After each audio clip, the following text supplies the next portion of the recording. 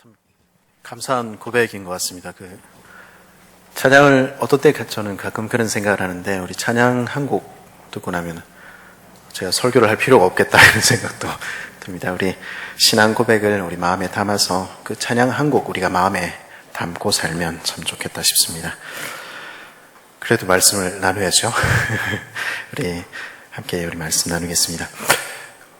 그리스도의 안에서 사랑하는 우리 새순 가족 여러분, 학교 다닐 때 혹시 어떤 시간 제일 좋아하셨습니까? 체육 시간입니까? 아니면 음악 시간입니까?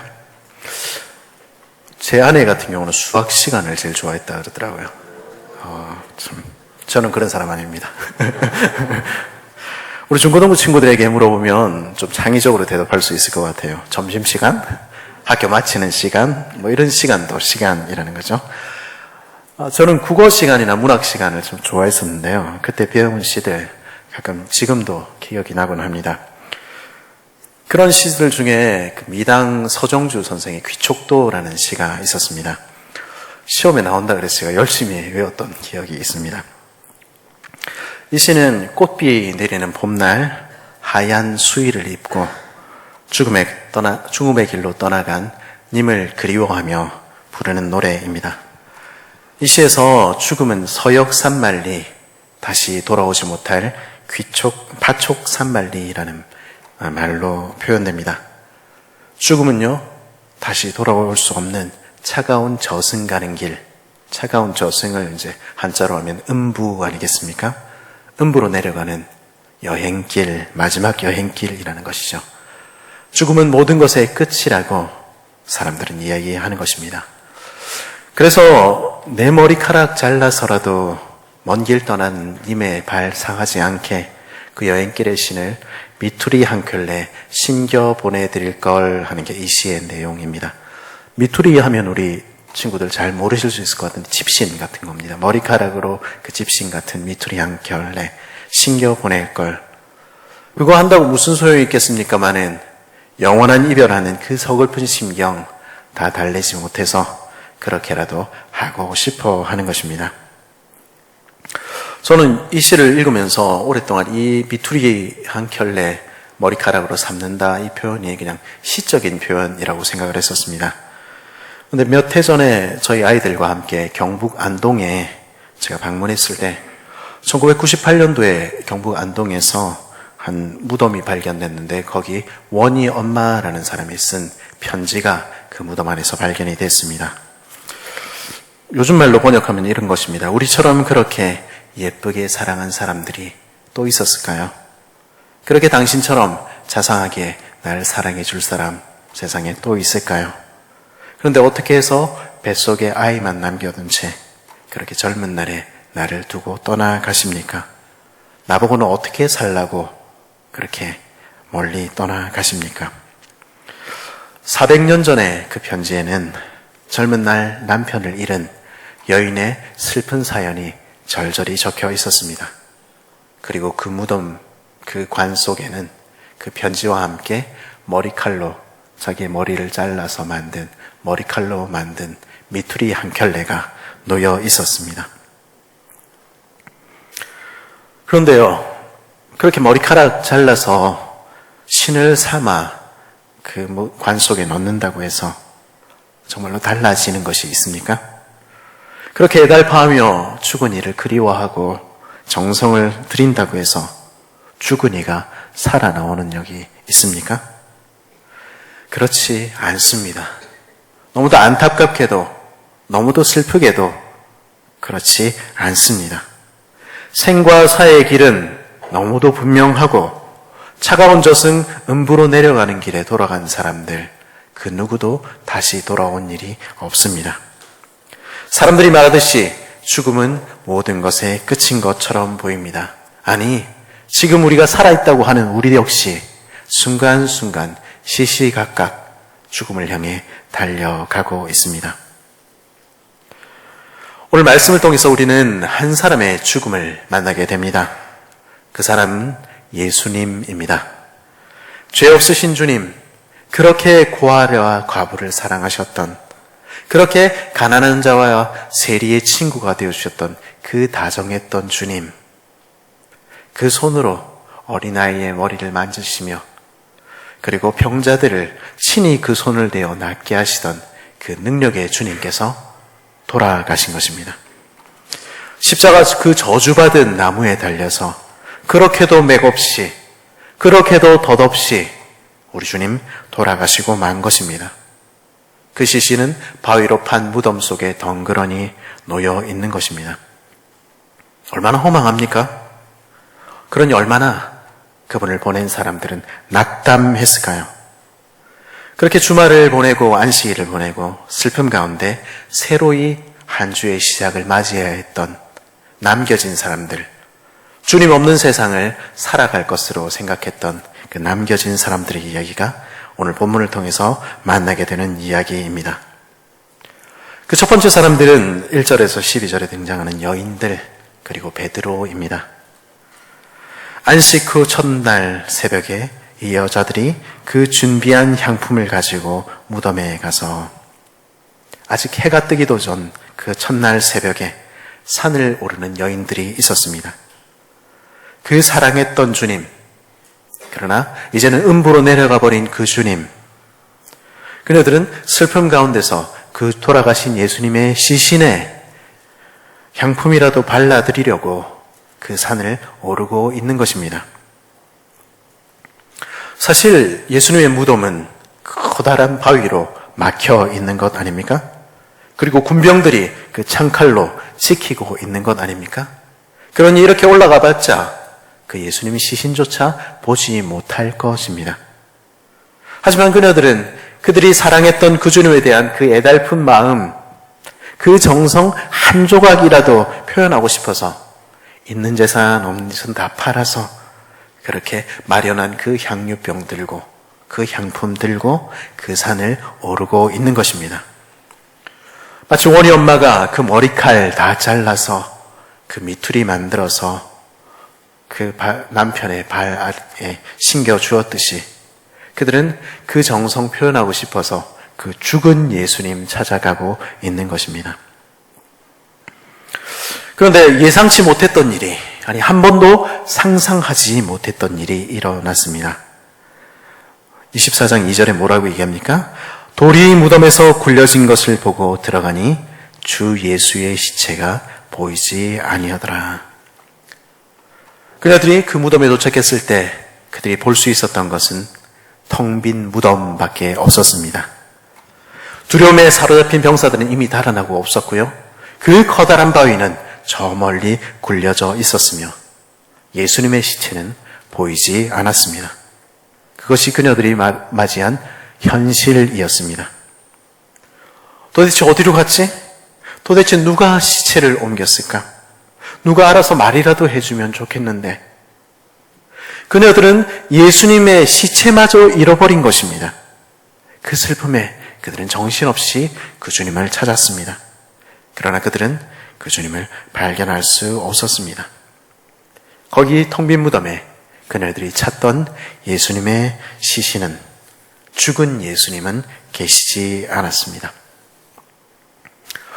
그렇게 죽은 예수님의 시신을 찾고 있는데, 죽은 예수님을 찾아 이리저리 헤매고 있는데 문득 캄캄한 새벽, 그 밤을 밝히는 찬란한 옷을 입은 두 사람이 곁에 서 있는 것 발견했습니다.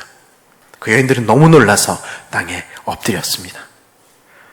구주탄생의 그 복된 날을, 그 복된 소식을 전하러 온 천사들 앞에서 양치는 목동들이 그 얼굴을 땅에 대고 엎드렸었지요. 마찬가지로 그녀들은 이제 하나님께서 보내신 복된 소식을 전할 그 두 증인들의 발 아래, 두 사자의 발 아래 엎드려 얼굴을 땅에 댄 것입니다. 두 사람, 이렇게 이야기하지요. 당시 이스라엘에서는 사건의 확실한 증인이 되기 위해서는 두 명의 증인이 항상 필요했습니다. 그처럼 이제 두 증인이, 하늘로부터 내려온 두 천사가 거기 여인들에게 분명한 목소리로 증언하고 있는 것입니다. 두 사람이 이르되 어찌하여 살아있는 자를 죽은 자 가운데서 찾느냐? 여기 계시지 않고 살아나셨느니라. 그녀들이 찾던 죽은 예수님은 거기 계시지 않았습니다. 왜냐하면 주님은 살아나셨기 때문입니다. 시체만 남겨둔 채 차가운 저승 음부에 내려간 주님은 계시지 않습니다. 왜냐하면 그분은 죽음을 이기고 승리하셨기 때문입니다. 이제껏 그 누구도 죽음에서 돌아온 사람이 없지만은, 죽음은 인류 모두를 삼켰지만은, 이제 우리 주님께서는 죽음을 이기시고 부활하신 것입니다. 이 아침 우리는 누구를 만나러 여기 나와 계십니까? 죽은 예수님을 기억하기 위해서 우리 나와 있는 사람 있습니까? 우리가 이 아침에 함께 모여 예배하는 것은 죽은 예수님 만나기 위한 것이 아닙니다. 우리가 찾아야 할 분은, 오늘 우리와 함께 하시는 분은 우리가 기대치 않았던 주님, 우리가 찾지도 않았던 예수님, 오늘도 살아계신 예수님이십니다. 그 살아계신 예수님을 여러분은 지금 만나고 계십니까? 오늘 우리가 만나는 두 번째 사람들은 그날 오후 해가 저물어 가는 무렵에 예루살렘으로부터 10km 정도 떨어진 엠마오로 가던 두 사람입니다. 이 사람들은요, 슬픈 빛을 띠고 예루살렘에서 되어진 일에 대해서 생각하며 죽은 예수님을 이야기하며 그렇게 내려가고 있었습니다. 그런데 이 사람들의 이야기 가만 들어보면 조금 황당한 구석이 있습니다. 그들은 예수님에 관해서 이야기하며 내려가는데 정작 그들 옆에 같이 가고 계신 예수님을 알아보지 못하는 것입니다. 더군다나 이 사람들은 그날 새벽 무덤을 찾았던 여인들로부터, 베드로로부터 우리 주님 부활하셨다, 그 이야기 들었습니다. 주님이 부활하셨다는 이야기 들었으면서도 이 사람은 바로 곁에서 같이 가시는 주님 보지 못할 뿐 아니라 주님 부활하셨다는 소식 듣고도 자기 갈 길로 고향으로 가고 있는 것입니다. 그 이유를 누가는 다음과 같은 말로 설명합니다. 누가복음 24장 16절 우리 같이 한번 읽어볼까요? 그들의 눈이 가려져서 그인 줄 알아보지 못하거늘. 그들의 눈이 가려져 있었다는 것이죠. 그 사람들의 눈은 왜 가려졌습니까? 그들은 왜 예수님을 보고도 예수님인 줄 알지 못했습니까? 그것은 그들이 알던 예수님, 그들이 바라던 예수님이 지금 그들의 눈앞에 계신 예수님, 지금 그들을 만나시는 예수님과 너무 달랐기 때문이었습니다. 이 사람들이 알던 예수님 누구였습니까? 누가는 뭐라고 이야기합니까? 이르시되 무슨 일이냐? 이르되 나사렛 예수엘이니 그는 하나님과 모든 백성 앞에서 말과 일에 능하신 선지자이거늘 우리 대제사장들과 관리들이 사형 판결에 넘겨주어 십자가에 못 박았느니라. 우리는 이 사람이 이스라엘을 속량할 자라고 바랐었노라. 그들이 아는 예수님은요, 단지 십자가에서 무력하게 돌아가신 선지자일 뿐이었습니다. 그들은 예수님이 이스라엘을 속량할 그리스도의 길을 바랬지만 우리가 보니까 그분은 그렇지 않았다는 것입니다. 돌아가셨기 때문입니다. 그분은 단지 하나님과 모든 백성 앞에서 말과 일에 능하신 선지자였을 뿐입니다. 그러니 여인들이 찾아와서 부활을 증거해도, 베드로가 와서 그가 살아나셨다고 말해 주어도 믿을 수 없습니다. 왜냐하면 그는 단지 선지자였고 그는 죽었기 때문입니다. 우리 예수님은 정말로 죽은 선지자일 뿐입니까? 누가복음 24장 30절 같이 한번 읽어보겠습니다. 스크린에 나오나요? 함께 읽겠습니다. 그들과 함께 음식 잡수실 때에 떡을 가지사 축사하시고 떼어 그들에게 주시니 그들의 눈이 밝아져 그인 줄 알아보더니 예수는 그들에게 보이지 아니하시느니라. 그러나 저녁 식사 자리에서 성령께서 그들의 눈을 떠서 밝히 보여주셨을 때 그들은 비로소 그들 앞에 계신 분이 누구신지 알게 되었습니다. 왜냐하면 그들은 사실 사흘 전에 똑같은 주님을 배웠기 때문입니다. 또 떡을 가져 감사 기도하시고 떼어 그들에게 주시며 이르시되 이것은 너희를 위하여 주는 내 몸이라. 너희가 이를 행하여 나를 기념하라 하시고 저녁 먹은 후에 잔도 그와 같이 하여 이르시되 이 잔은 내 피로 세우는 새 언약이니 곧 너희를 위하여 붓는 것이라. 사흘 전 6월절 전날 밤 예수님께서 십자가에 달리시기 돌아가시기 바로 그 전의 밤에 우리 주님께서는 떡을 가지사 축사하시고 나는 너희를 위하여 내 몸을 찢는 너희들의 왕이다. 나는 너희들을 위하여 내 피를 흘리는 너희들의 그리스도다. 너희를 위하여 내 몸을 찢으니 너희를 위하여 내 피를 흘리니 너희들은 평화를 누리렴. 우리 주님 그렇게 말씀하셨습니다. 그리고 지금 우리 주님께서는 동일한 모습으로 떡을 가지셔서 축사하시면서 말씀하시는 것입니다. 내가 바로 그로라고 너희에게 평강이 있을지어다 말씀하시며 그 평강 너희에게 주기 위하여 내 몸을 찢고 내 피를 흘린 바로 그라고 그리고 너희를 위하여 부활한 바로 나라고 말씀하시는 것입니다. 지금 부활하셔서 그들의 눈앞에 계신 분은 오늘 우리가 이 예배 시간에 만나는 예수님은 단지 말과 일에 능하신 선지자가 아닙니다. 그분은 죽은 선지자도 4대 성인도 아닙니다. 그분은 우리를 위하여 돌아가신 우리들의 왕이시며 우리를 위하여 다시 부활하신 우리들의 그리스도이십니다. 그리스도께서 왜 부활하셨습니까? 그의 죽음이 우리를 위하여인 것이었듯이 그의 부활하심도 우리를 위한 것입니다. 우리들의 왕 그리스도께서는 우리에게 부활의 새 생명 주시기 위해서 우리와 함께 다시 부활하시기 위해서 우리 대신 죽으시고 먼저 부활하신 것입니다. 우리 주님의 음성을 들으십시오. 예수께서 이르시되 나는 부활이요 생명이니 나를 믿는 자는 죽어도 살겠고 무릇 살아서 나를 믿는 자는 영원히 죽지 아니하리니 이것을 내가 믿느냐? 우리는 죽음으로 우리의 운명을 마치는 사람들이 아닙니다. 예수 그리스도를 믿는 자들은 죽어도 다시 살 부활의 소망을 가지고 있습니다. 그리고 살아서 오늘 주님을 왕으로 모시며 그분을 예배하는 자들은 반드시 영원한 생명에 참여할 것입니다. 우리는 그 소망을 알고 있습니까? 우리는 그 소망을 분명히 붙들고 있습니까? 그래서 그 소망 때문에 우리는 세상 사람들과는 다르게 살고 계십니까? 오늘 우리가 만나는 세 번째 사람들이 있습니다. 그들은 한밤중에 어느 골방에 모인 제자들입니다.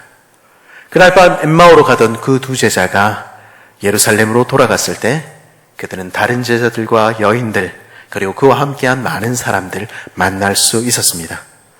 그 자리에서 그 방에서 그들은 각자에게 나타나신 부활하신 주님을 이야기하고 있었습니다. 내가 봤다. 내가 부활하신 주님 만났다. 주님은 정말로 살아나셨다. 그들은 떠들고 있었던 것입니다. 그런데 우리가 요한복음이나 이렇게 복음서들을 곰곰이 살펴보면 오늘 누가복음도 마찬가지인데요. 이 사람들 허당입니다. 이 사람들 예수 믿는다고 부활하신 주님 만났다고 막 이야기하고 있는데 요한은요 꼭 집어서 뭐라고 얘기했냐면 그 방들의 문들을 그들은 꼭꼭 잠그고 있었다 이렇게 적고 있습니다. 부활하신 주님 이야기하고 있으면서도 나는 부활하신 주님 만났다 이야기하면서도 오늘 보니까 뭐라고 이야기합니까? 정작 부활하신 주님이 그들 가운데 나타나셔서 너에게 평강이 있을지어다 말씀하시니까 뭐라고 얘기합니까? 유령이다 이렇게 이야기합니다. 그 살아나신 것을 영으로 생각하는지라 이렇게 이야기하죠. 그들이 너무 기쁨으로 아직도 믿지 못하고 놀랍게 여길 때에 그들은 깜짝 놀라기만 했다는 것입니다. 그 사람들은요 부활하신 예수님을 영으로 생각했습니다. 그들이 믿는다고 떠드는 그 믿음이란 게 얼마나 얄팍했는지요. 사실은 그들은 부활하신 주님이 어떤 분인지 누구신지 조금도 알지 못했던 것입니다. 그것을 누가는 그들이 믿지 않았다 이렇게 표현합니다. 그들은 단지 놀라고 있을 뿐이었습니다. 오늘날 많은 사람들은 어쩌면 우리조차도 우리 주님을 영적으로 부활하신 주님, 우리 믿는 이들의 마음속에 부활하신 주님이라고 생각합니다. 그러니까 주님과 함께 걷는 삶이라는 것은 문자 그대로 현실이 아니라는 것이죠. 그분의 도덕적인 가르침, 그분이 살아계셨던 하셨던 그 모든 말씀을 그냥 마음에 품고 내가 선하게 살아가는 거지. 내가 내 길 걸어가는 거지. 사람들 그렇게 생각하는 것입니다. 주와 동행이라는 것은 그저 비유적인 표현, 시적인 표현이라고 생각하는 것입니다. 과연 그렇습니까? 지독하게도 믿음이 없는 우리만큼이나 천사의 증언을 들어도 성령 하나님께서 그 눈을 열어주셔도 여전히 믿지 않던 사람들, 나와 상관없는 놀라운 일로만 여기는 사람들이 바로 이 제자들이었습니다. 그리고 그런 제자들의 눈앞에 우리 주님께서는 못 박힌 손과 발을 내미시며 말씀하셨습니다. 우리 누가복음 24장 39절 우리 같이 한번 읽어볼까요? 내 손과 발을 보고 나인 줄 알라. 또 나를 만져보라. 영은 살과 피가 없으되 너희 보는 바와 같이 나는 있느니라. 영이 아니라는 것입니다. 나는 참으로 내 앞에 살아있는 존재라는 것입니다. 그래도 믿지 못하니까 예수님 어떻게 하십니까? 갈릴리에서 맨날 같이 먹던 그 구운 생선 가져와 봐라. 그 앞에서 드시는 것입니다. 그러며 말씀하시는 것입니다. 나는 영적으로 네 마음속에 부활한 그런 주님이 아니야. 네 상상 속에 있는 그런 예수님 아니야. 나는 참으로 살아있고 너희 무리 가운데, 너희 예배 가운데 지금 와 있으며 나는 지금도 네 손 붙들고 있는 그런 주님이야. 그리고 나는 세상 끝날까지 너희와 항상 함께 할 거야. 우리 주님 그렇게 말씀하시는 것입니다. 우리 주님 영으로 부활하신 것입니까? 우리 주님 마음속에만 부활하신 주님입니까? 아니요. 우리 주님께서는 그 손과 발 그대로, 그 옆구리의 창자국 그대로 몸으로 부활하셨습니다. 그리고 살아계신 주님께서는 그 말씀대로 오늘도 주의 백성의 무리 가운데 함께 하시며 우리 예배를 받고 계십니다. 주님은 우리 손을 참으로 붙들고 계시며 우리 마음이 연약해질 때마다, 우리가 낙심할 때마다 우리 곁에 앉아서 우리를 안아주시는 분이십니다. 참으로 어둠 가운데 있는 우리에게 빛이 되어주셔서 우리를 생명으로, 영원한 생명으로 인도하고 계시는 분이십니다. 우리는 그 살아계신 주님을 만나고 있습니까? 오늘도 우리를 안아주시는 그 팔을, 인도하시는 그 손길을 경험하고 계십니까? 그렇다면 우리는 그분만이 우리의 소망 되신다고 고백하게 될 것입니다. 그리고 주와 함께 걷는 이 길이 참으로 복된 길이라고 사람들에게 말하게 될 것입니다. 참으로 우리는 몸으로 부활하신 주님을 고백하며 주님과 동행하고 있습니까? 우리 주님의 음성에 귀를 기울이십시오. 그리고 우리 주님의 말씀을 붙드십시오.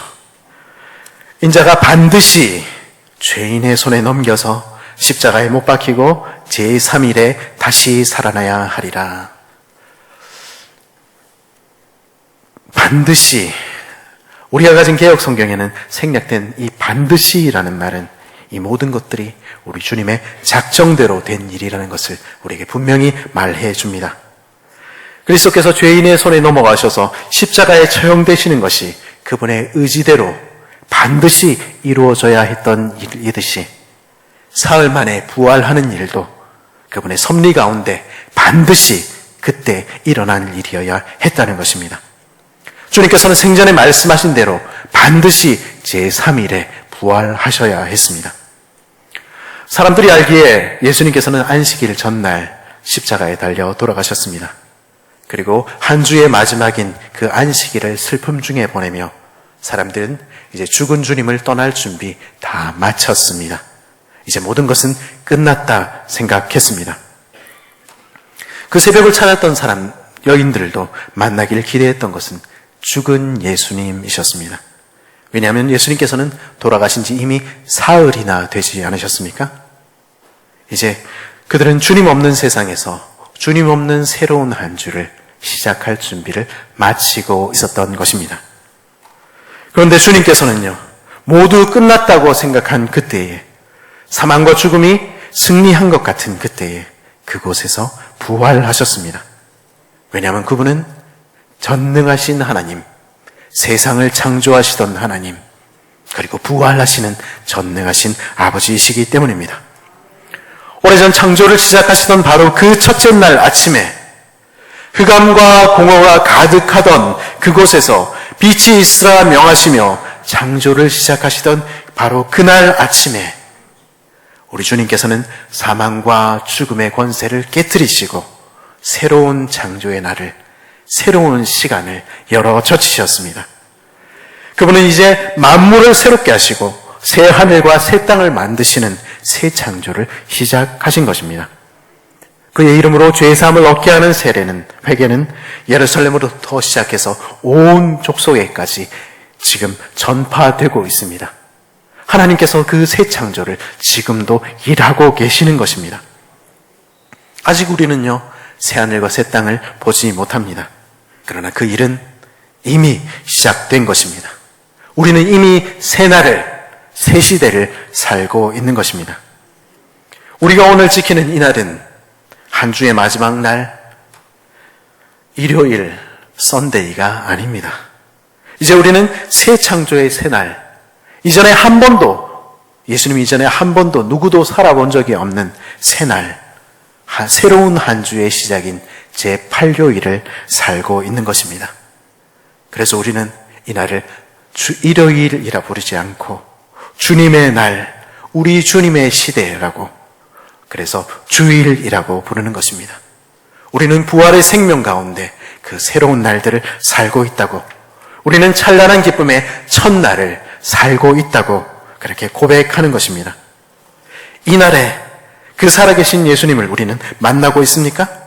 그 복된 예수님 만나는 그 복된 기쁨 빼앗길 수 없어서 성도들과 함께 이 날에 함께 예배하는 곳으로 나아오고 계십니까?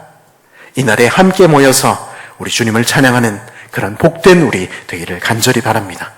우리 주님은 제3일에 다시 살아나셨습니다. 주일은 바로 그 3일을 기억하는 날입니다. 그리스도께서 왜 십자가에 돌아가셨습니까? 그리스도께서 왜 다시 부활하셨습니까? 엠마오의 그 식탁에서 우리 주님께서는 분명히 말씀하셨습니다. 그리스도가 마땅히 이런 고난을 받고 자기 영광에 들어가야 할 것이 아니냐. 예수님께서 십자가에 달려 돌아가신 것은, 예수님께서 우리들의 그리스도가 되어 먼저 부활하신 것은 믿는 우리들도 주님, 부활하신 주님과 합하여 함께 부활하도록 하기 위해서입니다. 그 영원한 생명에 함께 참여하도록 하기 위해서입니다. 그리고 그 일 시작하신 우리 주님께서는 말씀하시는 것입니다. 나는 너희들 영원한 생명에 참여하도록 하기 위해서 나는 마땅히 고난받았다. 너희와 함께 부활하기 위하여 나는 마땅히 부활했다.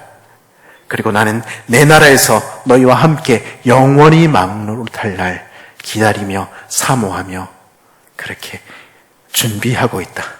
이것이 나의 영광이다. 우리 주님 말씀하시는 것입니다. 이 소망을 우리는 가지고 있습니까? 이 소망을 가진 사람들은 죽음을 두려워하지 않습니다. 죽음 앞에 굴하지 않습니다. 왜냐하면 우리는 죽음으로 우리 운명을 마감할 사람들이 아니기 때문입니다. 대신에 그 소망 붙들고 살아갑니다. 이 땅이 모든 것인 것처럼, 이 땅의 삶이 모든 것인 것처럼 그렇게 살아가는 세상 속에서 우리는 영원한 나라를 꿈꾸며 영원한 나라를 바라며 그 나라와 그 의를 구하며 그렇게 살아가는 것입니다. 우리는 그 소망을 참으로 알고 있습니까? 그 소망을 참으로 붙들고 있습니까? 그렇다면 그날 얻을 그 영광의 소망이 우리의 하루를 바꾸어 놓을 것입니다. 첫 열매 되신 우리 주님께서 몸으로 부활하셨다는 이 사실은 우리도 육체를 가지고 정말로 부활할 것이라는 사실을 말해줍니다. 우리가 가진 소망은요, 막연한 소망이나 헛된 기대가 아닙니다. 막연히 우리가 영으로 살겠지, 죽은 이후에 천국에서 영으로 살겠지, 그게 아닙니다. 우리가 가진 소망은 산 소망이며 진짜 소망, 손에 잡히는 소망입니다. 그날 우리는 육체로 부활할 것입니다. 우리 옆에 있는 사람들 한번 보십시오. 그날에 우리가 함께 다시 만날 사람들입니다. 그러니까 우리 함부로 대하면 안 됩니다. 우리 영원히 봐야 되는데 지금 사이가 나빠지면 얼마나 힘들겠습니까?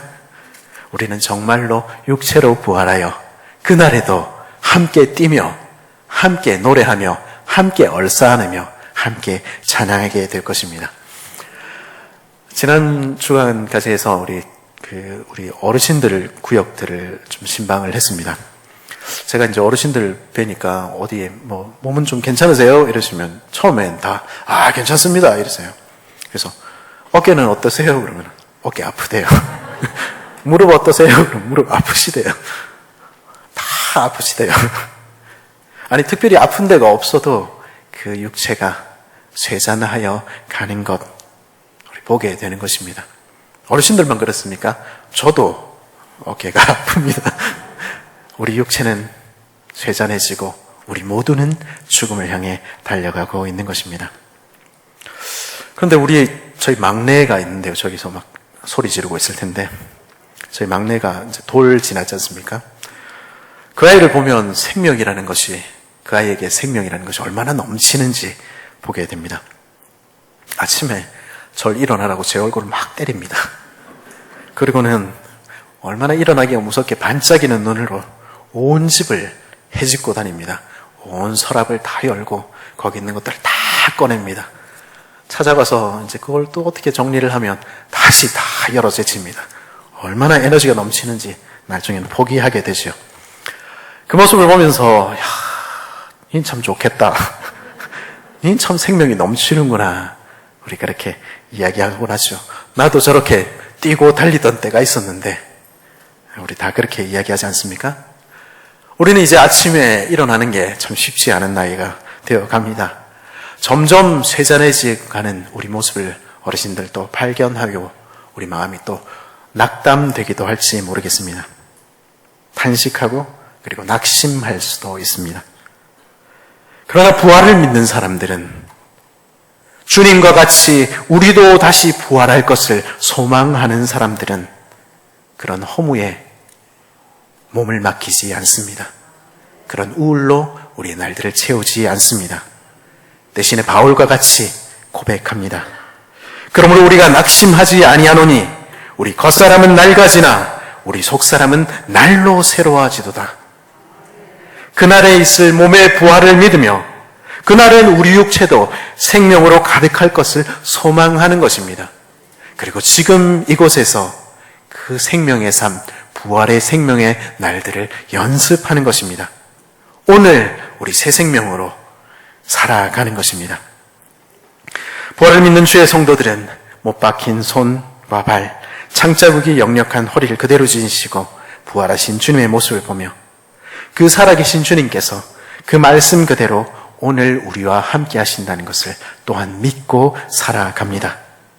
그분은 그냥 영적으로 그렇게 사신 분 아니고요. 참으로 오늘도 우리 손잡고 계시며 참으로 연약한 우리 곁에 함께 하시며 어둠 속에 있는 우리의 빛이 되시며 우리를 영원한 생명의 길로 인도하십니다. 그 주님과 함께하는 날들이, 그 주님과 함께 나이를 먹어가는 것들이 우리 탄식이나 한숨이 될 수 없는 것이죠. 우리가 사는 날들은 기쁨의 날들입니다. 우리는 부활의 새 시대를 살고 있는 것입니다. 우리는 지금 이곳에서 영원한 생명을, 부활의 삶을 살고 있는 것입니다. 묻히시고 음부에 내려가셨으며 사흘날에 죽은 이들 가운데서 부활하셨으며 이렇게 고백하는 사람들은 오늘 내가 주와 함께 사는 부활의 삶이 가장 복된 삶이라 고백하며 사는 것입니다. 그리스도 안에서 사랑하는 새순 가족 여러분, 죽음이 모든 것의 끝입니까? 우리는 죽음을 향해 달려가는 사람들입니까? 우리는 차가운 저승에서, 음부에서 우리의 마지막 운명을 마칠 사람들입니까? 그리스도의 부활은 우리에게 단호히 대답합니다. 아니라고. 우리는 영원한 부활과 영원한 생명에 동참할 사람들이라고. 우리 무덤이, 우리 앞에 놓여진 주님의 빈 무덤이 바로 그것을 증거하고 있다고 우리는 말하는 것입니다. 우리 주님의 부활은 그냥 놀랍고 신기한 일, 우리 주님께만 일어난 일입니까? 그렇지 않습니다. 우리들의 왕께서는 우리를 다시 살리기 위하여 부활하셨습니다. 그리고 그분의 영광으로 우리를 이끄십니다. 우리의 부활은 단지 영적인 부활이 아닐 것입니다. 그날 우리는 몸으로 다시 살게 될 것입니다. 찬란한 기쁨의 시대는 이미 시작되었습니다. 산 소망이신 우리 주님께서는 오늘도 우리 가운데 함께 하시며 성령으로 우리를 다시 소생시키시며 다시 살리십니다. 그리하여 우리는 마침내 우리가 변하여 주님같이 되고 우리 가정이 회복되고 우리 교회가 마침내 온 세상이 주와 그리스도의 나라가 되는 것 보게 될 것입니다. 그 찬란한 영광의 아침을 우리는 맞이하게 될 것입니다.